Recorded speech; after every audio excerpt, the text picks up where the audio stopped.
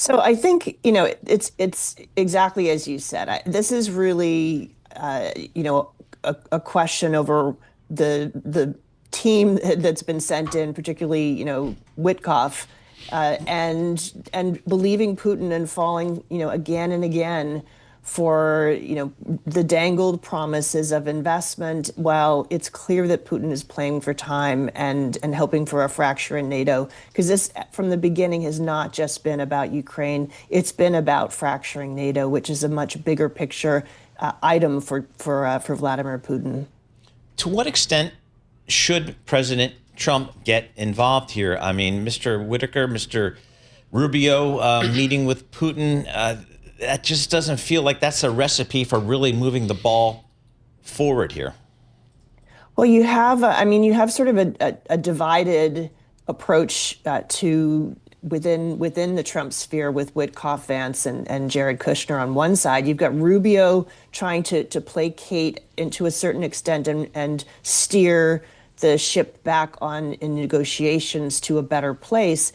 And I think at the end of the day, Trump wants to be, he has this core constraint that he does not want a visible Ukrainian defeat on his watch. He wants a Nobel Peace Prize. So I think in terms of his getting involved, he wants concessions from Ukraine, but he doesn't want to preside over a collapse. Okay, Heidi, it's just us. It's like 42 people listening coast to coast and worldwide as well. Heidi, what would Colin Powell do? What would Robert Gates do? What would Secretary Rice do, or selected other Democratic State Department diplomacy people? Would they go over there and hope for something so that any given president can win a prize? It's like prize patrol.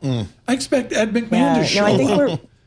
we're looking at a very different approach to foreign policy, and particularly vis-a-vis Russia. We knew that coming in, when Trump came into office, that he was looking for a very different relationship with Vladimir Putin. I think, looking at ways traditional, strong Republicans and Democrats would deal with this would probably be to make sure that Ukraine, first of all, was in the room. Ukraine and the Europeans have really been completely sidelined in this. It's been a strong man Trump and Putin dividing Europe play right now. And I think Zelensky has it right. There could be a moment for an opportunity to end the war, and there is a lot of diplomatic activity going on. But we have not put pressure on Russia. I mean, the Europeans are putting pressure on Russia, but the United States is really not. We haven't been as aggressive with sanctions.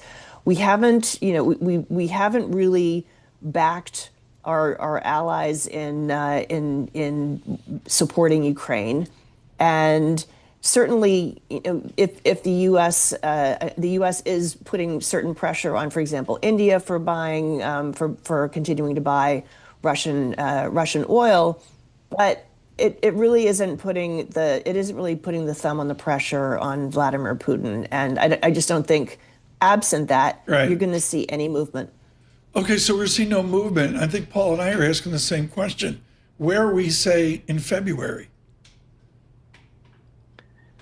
Well, in February, you mean coming up on the anniversary of the? I mean, does Zelensky run out of? Serious stuff. Does Zelensky run out of money? Does he go out and sink 6 more oil tankers out in the Black Sea or wherever? Is it a drone war? I mean, where are we in this? I think all of us listening, Heidi, with your wonderful work at the Council on Foreign Relations, the bottom line is we're benumbed by this.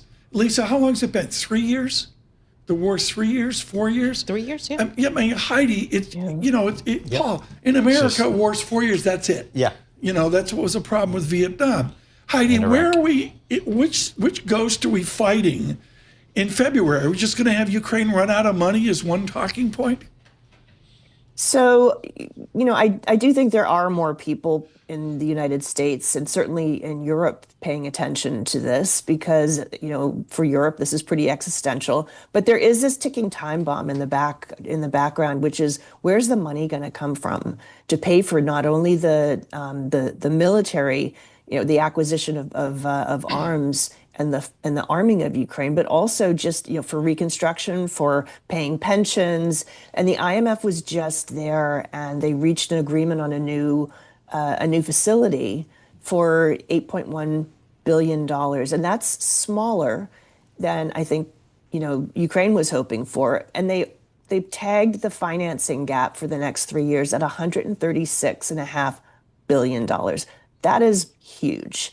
Just in 26, 27, they're looking at 63 billion of a financing gap, which means the Europeans, since the U.S. is not going to be there, the Europeans really need to step up. They either have to pay it out of their budgets, or they have to look to this reparation loan that's been under negotiation for a very long time.